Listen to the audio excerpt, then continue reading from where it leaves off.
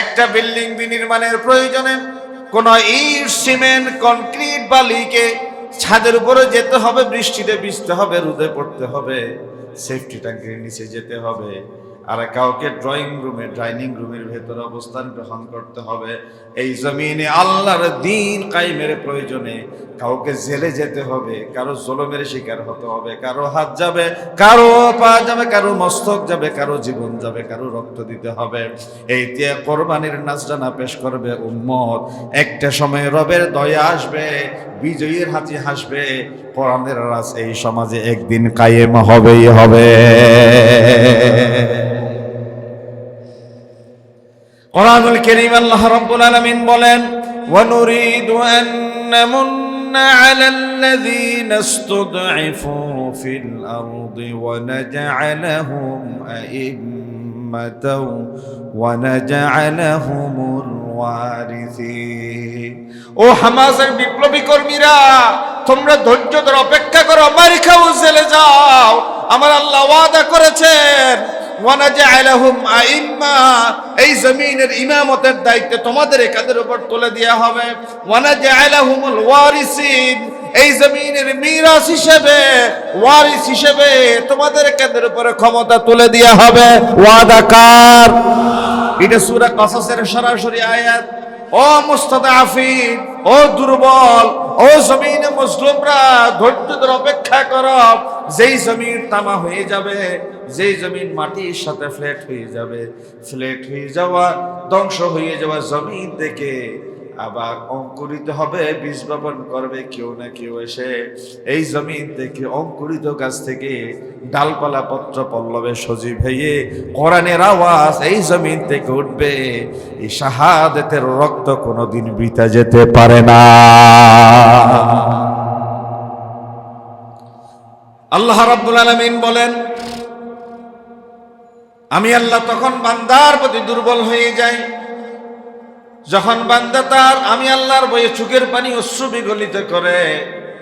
আর 2 নম্বরে জমিনে খোদার দ্বীনের প্রয়োজনে শরীর থেকে তরুতাজা খুনটুকু জমিনে ঢেলে দে। আমি আল্লাহ বান্দার প্রতি দুর্বল হয়ে যাই, যেই জমিনে দ্বীনের পথে খুন জরে, রক্ত জরে, এক কাতরা যেই জমিনে রক্ত জরে, ওই পুরো জমিনকে আমি দ্বীনের জন্য কোরবান করে দিই। ওয়াদা আল্লাহ। ওয়ামাকারু মাকরাহুম ওয়া ইনদাল্লাহি মাকরুহুম। তাহলে যেই ভাই চিন্তা করলেন আপনার প্রতি মহান রব অবিচার করছেন, ইনজাস্টিস করছেন, আপনি কি পরিমাণ জুলুমের শিকার হয়েছেন, আপনি কি পরিমাণ ডেপ্রাইভের মুখোমুখি হয়েছেন।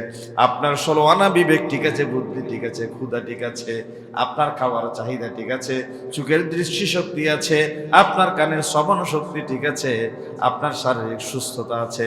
আপনি যদি সুস্থ থাকতে পারেন, ডিস্ট্রাক্টেড জমিন যেমনি আরেকবারে ঘুরে দাঁড়ায়, আল্লাহ যদি আপনার শরীরকে সুস্থ রাখে, জমিনে আরেকবারে ঘুরে দাঁড়াতে আপনার বেশি সময় লাগবে না।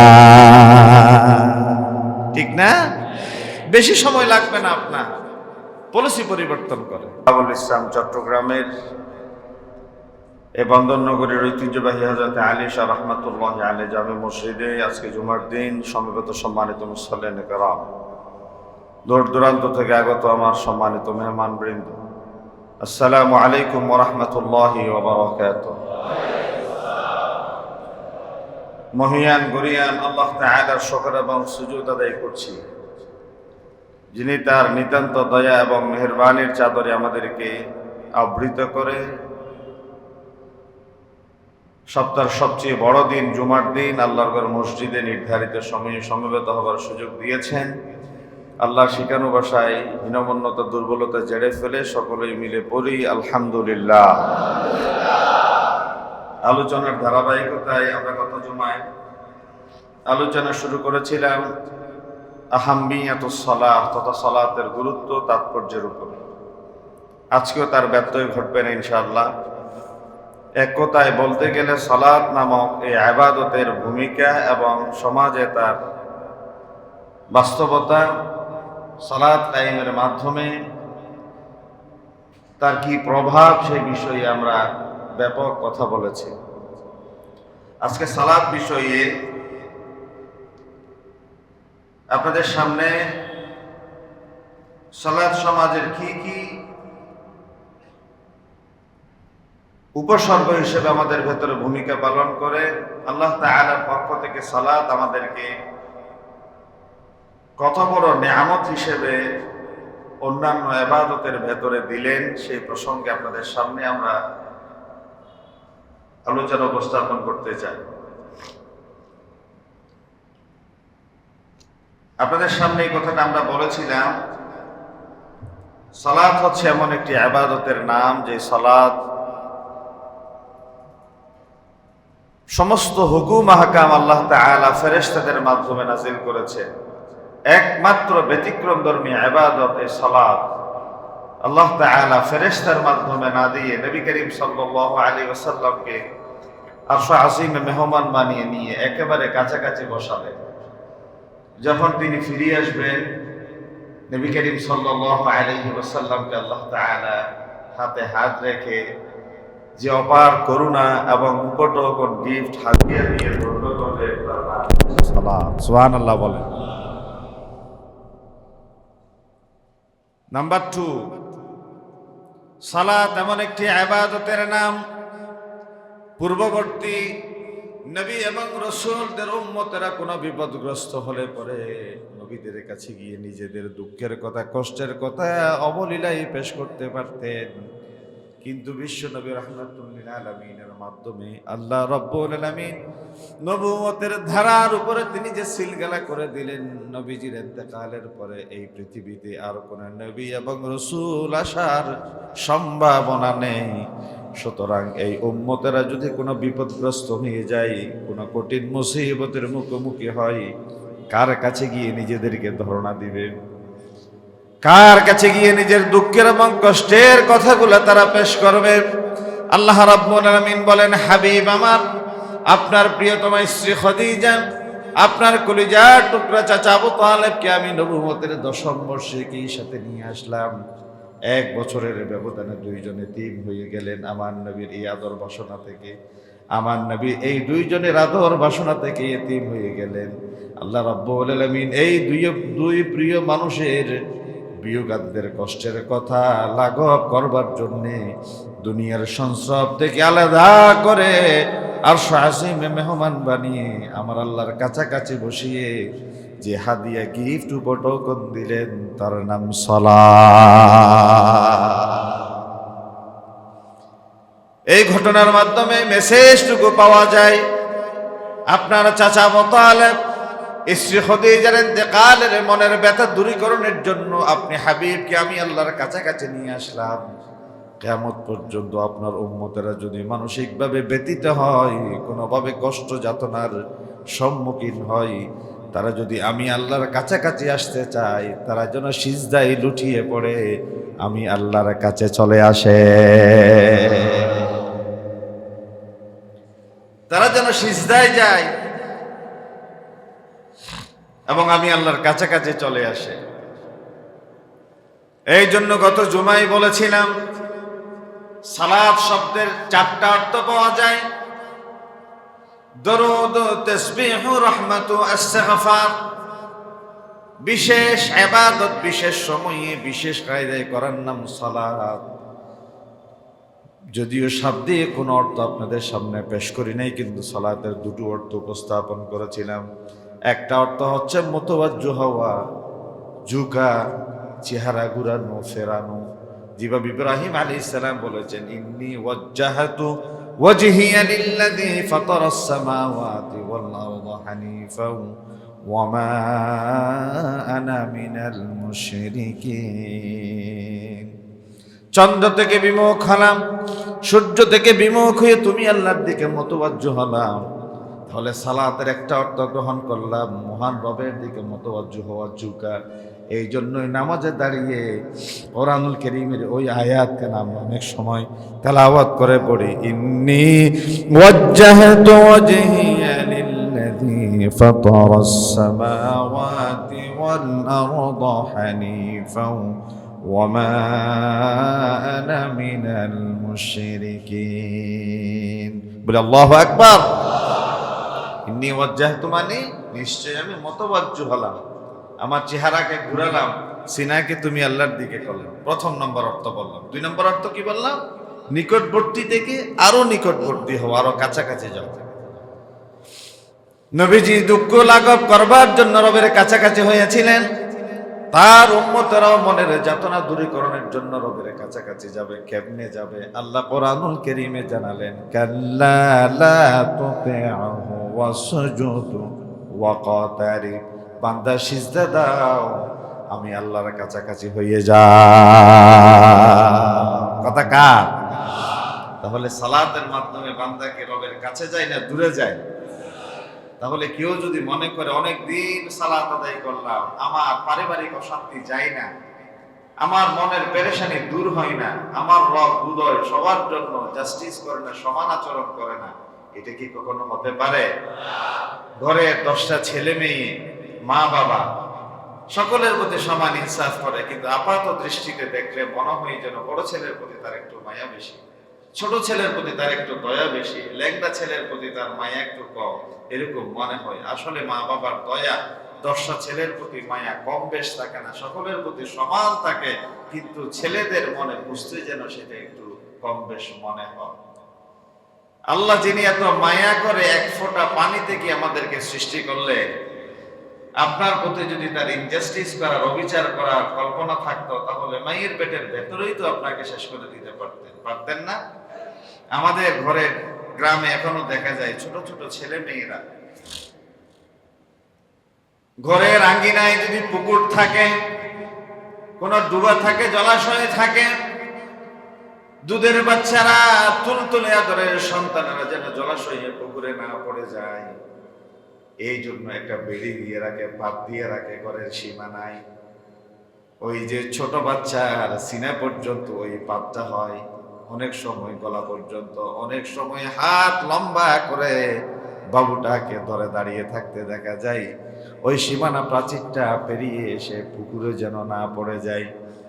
দুনিয়ার সাধারণ মা বাবা যদি আদরের সন্তানকে পুকুরে জলাশয়ে ডুবাই পড়ে যাবে এই ভয়ে একটা বেড়িবাঁধ দিয়ে রাখে, আল্লাহ রাব্বুল আলামিন যেই বনি আদমকে সৃষ্টির জন্য তিনি একবার নয়, দুইবার নয়, 4বার শপথ করলেন, এত মায়া করে এত সুন্দর আকৃতি দিয়ে সৃষ্টি করলেন, আপনি কেমনে মনে করলেন আমার রব আপনার ব্যাপারে বেখবর গাফেল?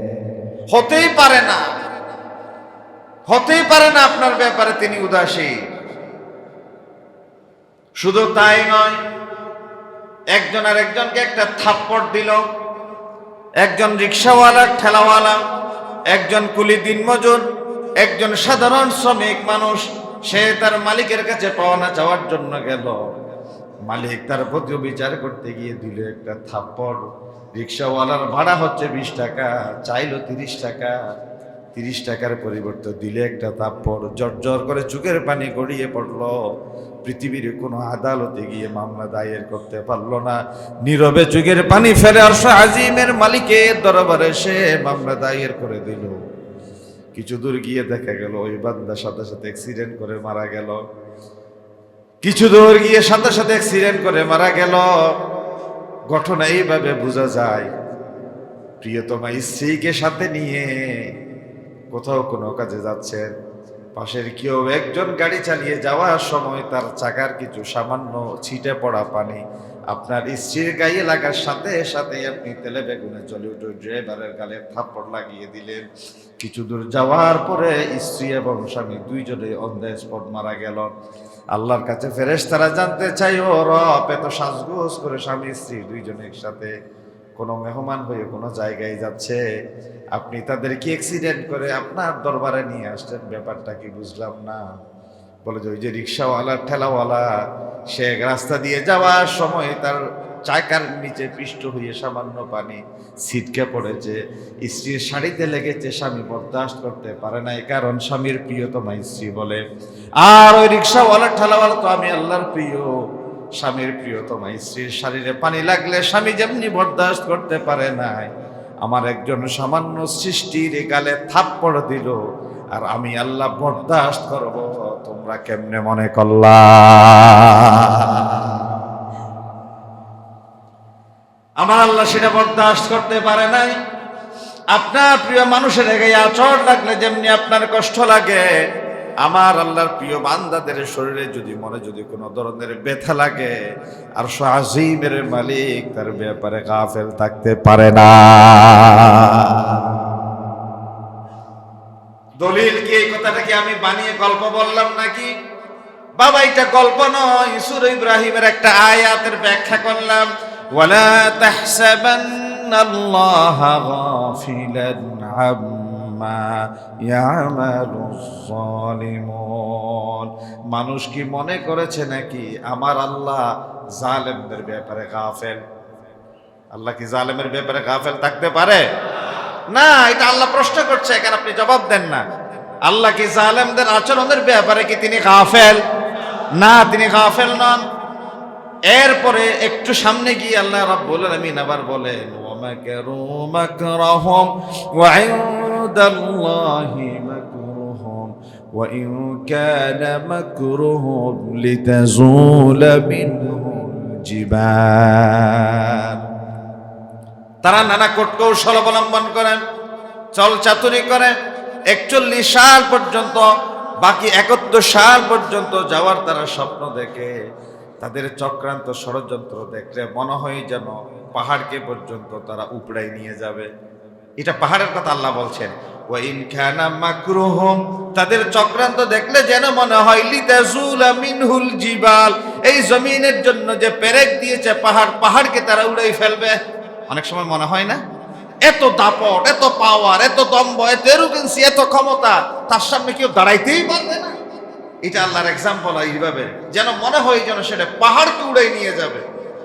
এরপর আল্লাহ তাআলা বললেন, ফালা তাহসাবান্নাল্লাহা মুখলিফা ওয়া'দিহি রুসুলা।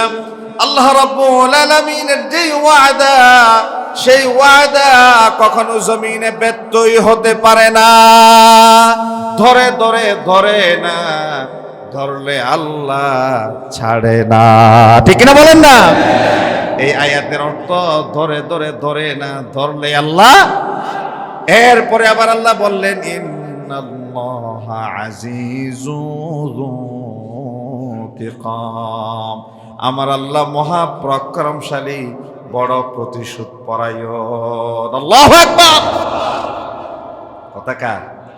সূরা ইব্রাহিমের শেষের পৃষ্ঠাটা পড়বেন, এখন না হয় মোবাইল খুলে দেখেন। এক লফজ, এক শব্দ যদি আমি নিজের থেকে বানিয়ে বলে থাকি, তবে ভাষাটা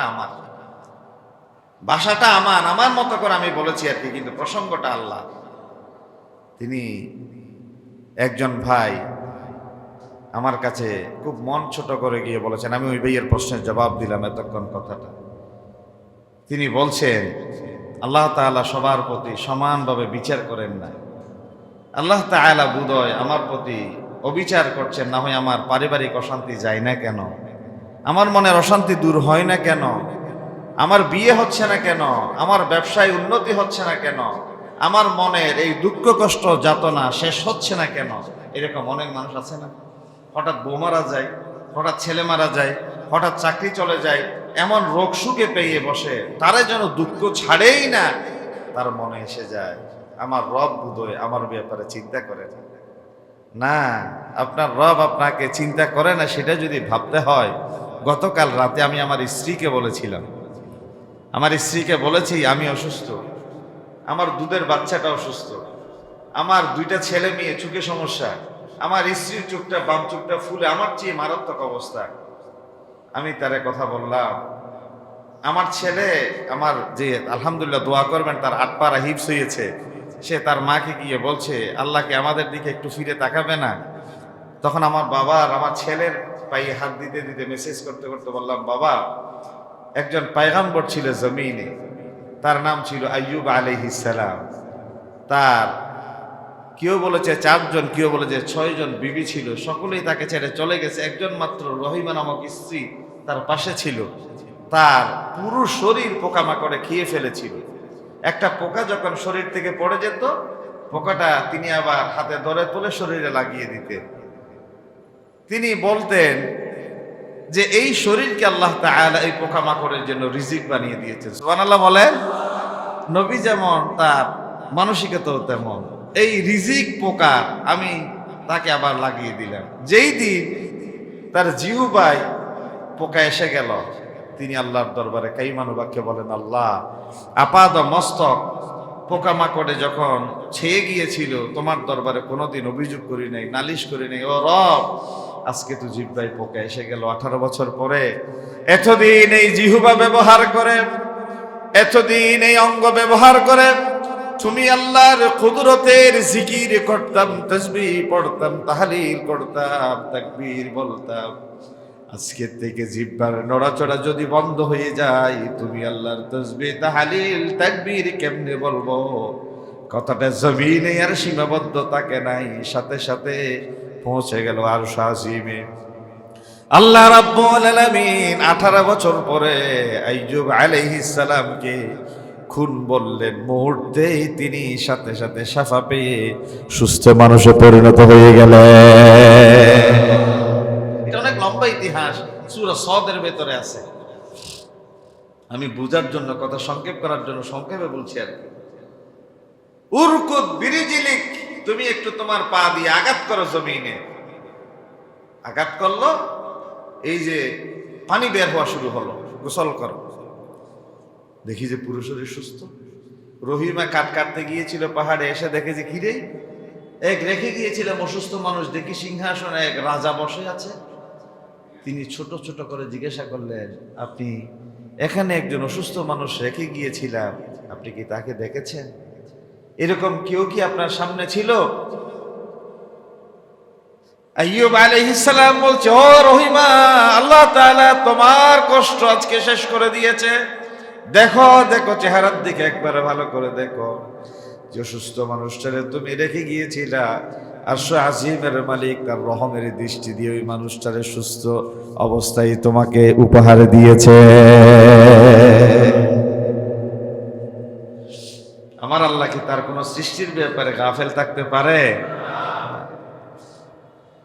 আজ হোক কাল হোক, আমি আমার ছেলেকে সেই গল্প শোনালাম, বাবা এত তাড়াতাড়ি হতাশ হলে কেমনে হবে? আল্লামা সাঈদীর কথা মনে পড়ে যায়। তিনি এই প্রসঙ্গ আসলে একটা হাদিস বলতেন, তোমরা কেন এত ধৈর্য হয়ে গেলা?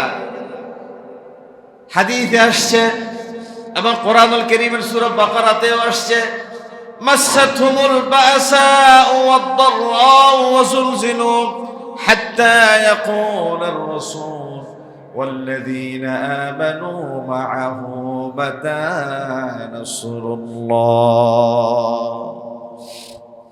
তাদের উপর জুলুম, নির্যাতন, পারসিকিউশন, অবরোধ, সিনা পর্যন্ত গেড়ে করাত দিয়ে শরীর থেকে মস্তক দ্বিখণ্ডিত করে দিত, শরীর থেকে লোহার ছিরিনি দিয়ে গোশতগুলো আলাদা করে নিত, অঙ্গ প্রত্যঙ্গগুলো ছিন্ন বিচ্ছিন্ন করে ফেলতো।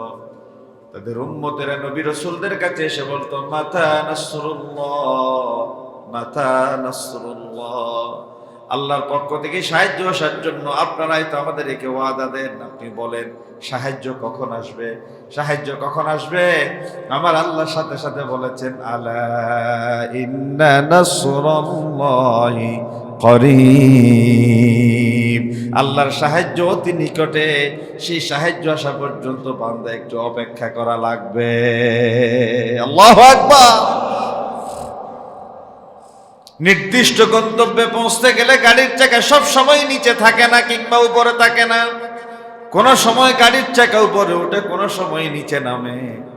এই বিশাল সুরম্য প্রাসাদ দালান কোটা করতে গিয়ে সমস্ত ইট, কংকর, সিমেন্ট যদি অনশন করে, আমি ছাদের উপরে যাব না, বৃষ্টিতে ভিজবো না, রোদে পড়বো না, আমি সেফটি ট্যাঙ্কের নিচে, মাটির নিচে ঢুকবো না, তাহলে কিয়ামত পর্যন্ত কোনো আর্কিটেক্টরা আমাদেরকে ডিজাইন দিতে পারতো না, ইঞ্জিনিয়াররা কোনো বিল্ডিং এর ডিজাইন দিতে পারতো না, কোনো বিল্ডিং দালান কোটা বিনির্মাণ হতো না।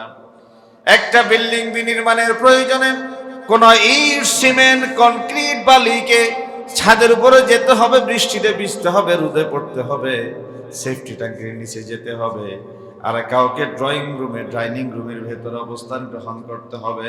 এই জমিনে আল্লাহর দ্বীন কায়েমের প্রয়োজনে কাউকে জেলে যেতে হবে, কারো জুলুমের শিকার হতে হবে, কারো হাত যাবে, কারো পা যাবে, কারো মস্তক যাবে, কারো জীবন যাবে, কারো রক্ত দিতে হবে।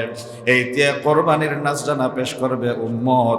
একটা সময় রবের দয়া আসবে, বিজয়ীর হাসি হাসবে, কোরআনের রাজ এই সমাজে একদিন কায়েম হবেই হবে। কোরআনুল কারীম আল্লাহ রাব্বুল আলামিন বলেন, ওয়া নুরিদু আন নামুন্না আলাল্লাযীনা ইসতুদঈফু ফিল আরদি ওয়া নাজআলাহুম আইম্মাতাও ওয়া নাজআলাহুমুল ওয়ারিসিন। ও হামাসের বিপ্লবী কর্মীরা, তোমরা ধৈর্য ধরে অপেক্ষা করো, মারি খাও, জেলে যাও। আমার আল্লাহ ওয়াদা করেছেন, ওয়ানাজআলাহুম আইম্মা, এই জমিনের ইমামতের দায়িত্ব তোমাদের কাঁধের উপর তুলে দেওয়া হবে। ওয়ানাজআলাহুমুল ওয়ারিসিন, এই জমিনের মিরাস হিসেবে, ওয়ারিস হিসেবে তোমাদের কাঁধের উপরে ক্ষমতা তুলে দেওয়া হবে।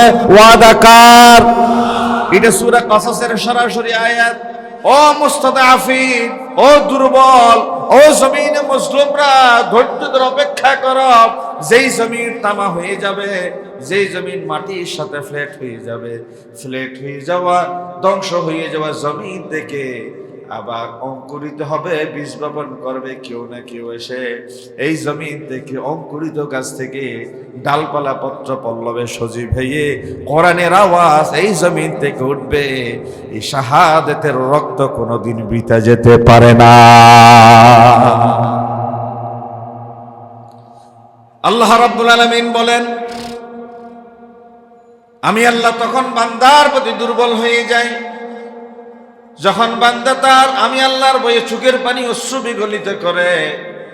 আর 2 নম্বরে জমিনে খোদার দ্বীনের প্রয়োজনে শরীর থেকে তরুতাজা খুনটুকু জমিনে ঢেলে দে। আমি আল্লাহ বান্দার প্রতি দুর্বল হয়ে যাই, যেই জমিনে দ্বীনের পথে খুন জরে, রক্ত জরে, এক কাতরা যেই জমিনে রক্ত জরে, ওই পুরো জমিনকে আমি দ্বীনের জন্য কোরবান করে দিই। ওয়াদা আল্লাহ। ওয়ামাকারু মাকরাহুম ওয়া ইনদাল্লাহি মাকরুহুম। তাহলে যেই ভাই চিন্তা করলেন আপনার প্রতি মহান রব অবিচার করছেন, ইনজাস্টিস করছেন, আপনি কি পরিমাণ জুলুমের শিকার হয়েছেন, আপনি কি পরিমাণ ডেপ্রাইভের মুখোমুখি হয়েছেন। আপনার 16 আনা বিবেক ঠিক আছে, বুদ্ধি ঠিক আছে, ক্ষুধা ঠিক আছে, আপনার খাওয়ার চাহিদা ঠিক আছে, চোখের দৃষ্টিশক্তি আছে, আপনার কানের শ্রবণ শক্তি ঠিক আছে, আপনার শারীরিক সুস্থতা আছে। আপনি যদি সুস্থ থাকতে পারেন, ডিস্ট্রাক্টেড জমিন যেমনি আরেকবারে ঘুরে দাঁড়ায়, আল্লাহ যদি আপনার শরীরকে সুস্থ রাখে, জমিনে আরেকবারে ঘুরে দাঁড়াতে আপনার বেশি সময় লাগবে না। ঠিক না? বেশি সময় লাগবে না। আপনার পলিসি পরিবর্তন করে। একটা সময় ছোটবেলায় কেউ একজন আমাকে ডেস্টিনির একটা ট্রেনিং এ নিয়ে গিয়েছিল। এটা আমার জন্য আজকে এক্সাম্পল দিতে সহজ হচ্ছে। এই যে ডেস্টিনি, সেনা প্রধান মারা গেল আমাদের এখানে রেস্ট হাউসে এসে কিছুদিন আগে। তাদের একজন আমাকে বুঝাতে গিয়ে এইভাবে বুঝাচ্ছিল, আপনি একজন মানুষকে টার্গেট করলেন, এরপরে সে 2 জনকে টার্গেট করলো, 2 জন 4 জনকে টার্গেট করলো, 4 জন জ্যামিতিক হারে 8 জনকে টার্গেট করলো। এইভাবে করে করে আপনি যতজনকে বুঝান আপনার কথায় তারা কনভিন্সড হয় না। আপনি আপনার বসের কাছে গিয়ে বললেন, বস এই কাজ আমাকে দিয়ে হবে না। বিশেষ করে যারা ইন্স্যুরেন্স করে তাদের জন্য এই পলিসিটা কাজে লাগবে। বস এই কাজ আমাকে দিয়ে হবে না। কেন? বলে যে আপনি বলেছেন ভাই, আমি 2 জনকে দাওয়াত দিলাম, 2 জন 4 জনকে দিল, 4 জনের প্রফিট আমার অ্যাকাউন্টে জমা হবে, 4 জন 8 জনকে দিল, 8 জনের প্রফিট আমার অ্যাকাউন্টে জমা হবে। কই, আমি তো 2 জনকেই পাই না। 4 জন 8 জন 16 জন এগুলো কখন কোন জন্মে হবে এটা তো আমার বুঝে আসছে। বলে যে আপনি কয় জনের কাছে গিয়েছেন? বলে যে আপনি 2 জনের কাছে, 4 জনের কাছে, 8 জনের কাছে, 16 জনের কাছে, 32 জনের কাছে। বলে যে আল্লাহ তাআলা আপনার রিজিক রেখে দিয়েছে 101 এবং 2 জনের ভিতরে। তার মানে আপনি আজকে করলেন, কালকে করলেন, পরশু করলেন, তরশু করলেন, এরপর দিন করলেন, এরপর দিন, এভাবে করে 100 জন পার হওয়ার পরে আল্লাহ তাআলা আপনার মাধ্যমে কনভিন্স হওয়া লোকের রিজিকটা রেখেছে ওই 101 এবং 2 জন। আপনি তো দূর এখনো যান না, আপনি 80-তে থেমে গেলে কেমনে হবে? এই যে লাইট যিনি আবিষ্কার করেছেন, তিনি যদি 1-2 বার 5-10 বারে থেমে যেতেন, পৃথিবীর মানুষ কি অন্ধকারে এই আলো জ্বালাবার মতো লাইট তারা পেত? 1100 বার চেষ্টার পরে এই লাইট আবিষ্কার হয়েছে, 1100 বার। এই জন্য আপনি একবারে থেমে গেলেন, 2 বারে হেরে গেলেন, 3 বারে বসে গেলেন, কেমনে হয়? মহান রব আইয়ুব আলাইহিস সালামকে 18 বছর পরীক্ষা করেছে। ইব্রাহিম খলিলকে যে পরীক্ষা নিয়েছে, যদি এই বিষয় নিয়ে আলোচনা করে আপনি তো টাসকি খেয়ে যাবেন। বুড়া মানুষ, সন্তান হয় না, এক স্ত্রী বলে আরেকজন বিয়ে করেন, ওই স্ত্রীর করে বাচ্চা হলো, বাচ্চার বয়স 7, বাবার বয়স 120+। এখন বলে তোমার স্ত্রী এবং সন্তানকে ওই মরুভূমিতে রেখে আসো। মরুভূমিতে কি পানি থাকে? কথা বলেন, মরুভূমিতে পানি থাকে? আর পানি ছাড়া মানুষ বাঁচতে পারে? মরুভূমিতে পানি থাকে না, পানি ছাড়া মানুষ বাঁচতে পারে। আর আল্লাহ তাআলা এই বিগ ব্যাং থিওরির ইতিহাস যারাই বর্ণনা করেছে সূরা আম্বিয়ার আয়াতে, আওয়ালাম ইয়ারাল্লাযীনা কাফারু আন্নাস সামাওয়াতি ওয়াল আরদ কানাতা রাতকান ফাফাতাকনাহুমা।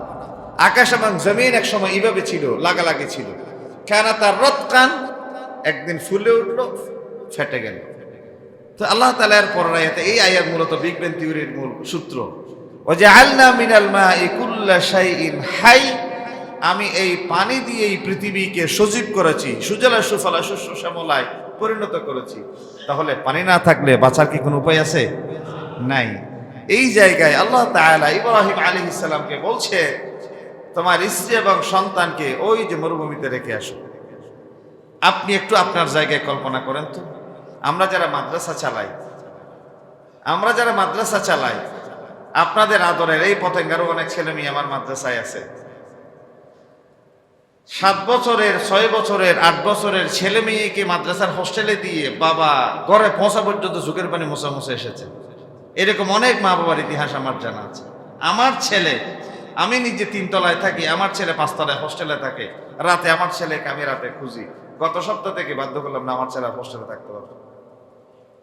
আমি থাকি 3 তলায়, একই বিল্ডিং এর 5 তলায়, আমার ছেলে হোস্টেলে না, এটা আমি বরদাস্ত করতে পারি না। তাহলে আমি আমার মানবীয় জায়গায় এটা আমার ছেলের প্রতি এতটাই দুর্বল না, ছেলে ছাড়া আমি ঘুমাইতে পারবো।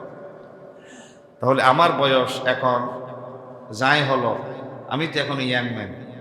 ইব্রাহিম আলাইহিস সালাম তখন বুড়া মানুষ, বুড়া বয়সে পাওয়া একমাত্র সন্তান। আল্লাহ তাআলা তাকে বলছে রেখে আসো ওই মরুভূমিতে। তাহলে তার মনে আমার চেয়ে দয়া বেশি ছিল না কম ছিল? বেশি ছিল। না পাওয়ার পরে পেয়েছেন, বুড়া বয়সে পেয়েছেন। তিনি একটি বারের জন্য ভাবেন নাই, চিন্তা করে নাই। একটি বারের জন্য তিনি ভাবেন নাই, চিন্তা করে নাই। আচ্ছা, তিনি দিয়ে আসলেন। দিয়ে আসার পরে কি করলেন? যেই ভাই হতাশ হয়েছেন, ওনাকে কেন্দ্র করে সব মুসল্লিদের জন্য আজকের শিক্ষা, সবার জন্য আজকের শিক্ষা। ছেলে হোস্টেলে দিয়ে চোখের পানি রাখতে পারেন না, ছেলে ঢাকা মেডিকেলে পরে বুয়েটে টিকেছে, ঢাকায় দিয়ে আসার সময় বাবা আর আসে না। ইব্রাহিম আলাইহিস সালাম বুড়া বয়সে তিনি মরুভূমিতে রেখে আসার সময় আমরা হইলে প্রথম কি বলতাম? আল্লাহ, তুমি যখন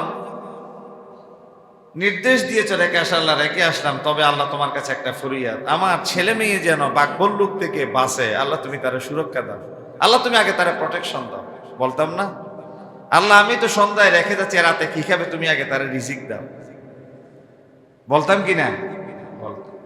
কিন্তু ইব্রাহিম আলাইহিস সালাম কি বললেন সেটা একটু বলি। এই আয়াত থেকে পুরো জনমের শিক্ষা নিয়ে নিব। বেশি ওয়াজ শোনার দরকার নাই, ওয়াজ প্রতিদিন করার দরকার নাই, বেশি শোনারও দরকার নাই। এই একটা ওয়াজে জীবন পরিবর্তনের জন্য যথেষ্ট। তিনি কি ওয়াজ করলেন? 3টা কথা বললেন।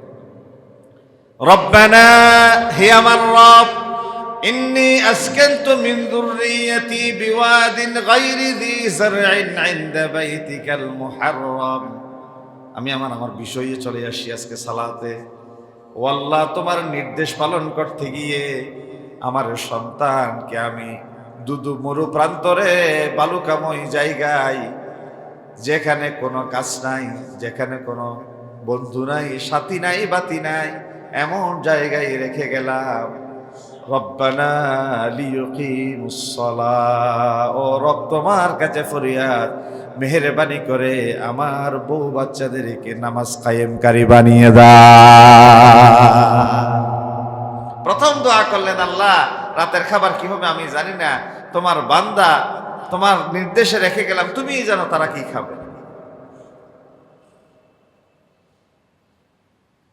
খাজা আব্দুল মুত্তালিব রাসূল সাল্লাল্লাহু আলাইহি ওয়াসাল্লামের কি চাচা, আবু তালেব চাচা, আব্দুল মুত্তালিব দাদা। আব্রাহা ধ্বংস করতে আসলো খানে কাবা। সমীকরণগুলো একটা আরেকটার সাথে মিলাই নিবেন, আমি কিন্তু জগা কিছুটি করে কথা বলছি না। আবার এই রব্বানা লিয়ুকিমুস সালাহ মানে আল্লাহর প্রতি আস্থার জায়গা থেকে তিনি বললেন, আল্লাহ তুমি রিজিক না দিয়ে নামাজ কায়েমকারী বানাও। এই ঘটনার সাথে আব্রাহার ঘটনা মিলান একটু। আব্রাহা তার সৈন্য সামন্ত নিয়ে এসে তাবু স্থাপন করেছে 13টা হাতি নিয়ে। খাজা আব্দুল মুত্তালিব গিয়ে বলছে, আমি আপনার সাথে একটু কথা বলতে চাই। তিনি মহা খুশি, কারণ নিশ্চয়ই তিনি নেগোসিয়েশনের প্রস্তাব দিবেন যে খানে কাবা মেহেরবানি করে ভাঙা যাবে না, আপনি কি চান আমি দিতে রাজি আছি। বলে যে কি জন্য আসছেন জনাব মোতাওয়াল্লি সাহেব? তিনি বললেন, আপনার এই চোর ডাকাতেরা, ঠিক এইভাবে, আপনার এই চোর ডাকাতেরা এই চারণ ভূমি থেকে আমার ওট মেষ দুম্বা ছাগলগুলো চুরি করে ডাকাতি করে নিয়ে এসেছে, মেহরবানি করে একটু ফেরত দেওয়ার জন্য বলে। ওমাইনি তো টাস্কি খেয়ে গেলেন, কি ব্যাপার? আমি তো মনে করছি খানে কাবা ধ্বংস করার জন্য 60,000 সৈন্য নিয়ে আসলাম, আপনি আমার সাথে নেগোসিয়েশন করতে আসলেন যে খানে কাবা ভাঙা যাবে না, যে আমার সাথে একটু আপোষ মীমাংসা হবে। বলছেন না, ঘর তো আল্লাহর, আমি ওই চাবি দেয়ালের সাথে ঝুলিয়ে রেখে আমি যাচ্ছি, আমি যাওয়ার সময় আমার ওট ছাগলগুলো নিতে এসেছি। বলে যে দেখবে কে? বলে যে যার ঘর তার দায়িত্ব ঘর পাহারা দিয়ে। সুবহানাল্লাহ বলবেন না?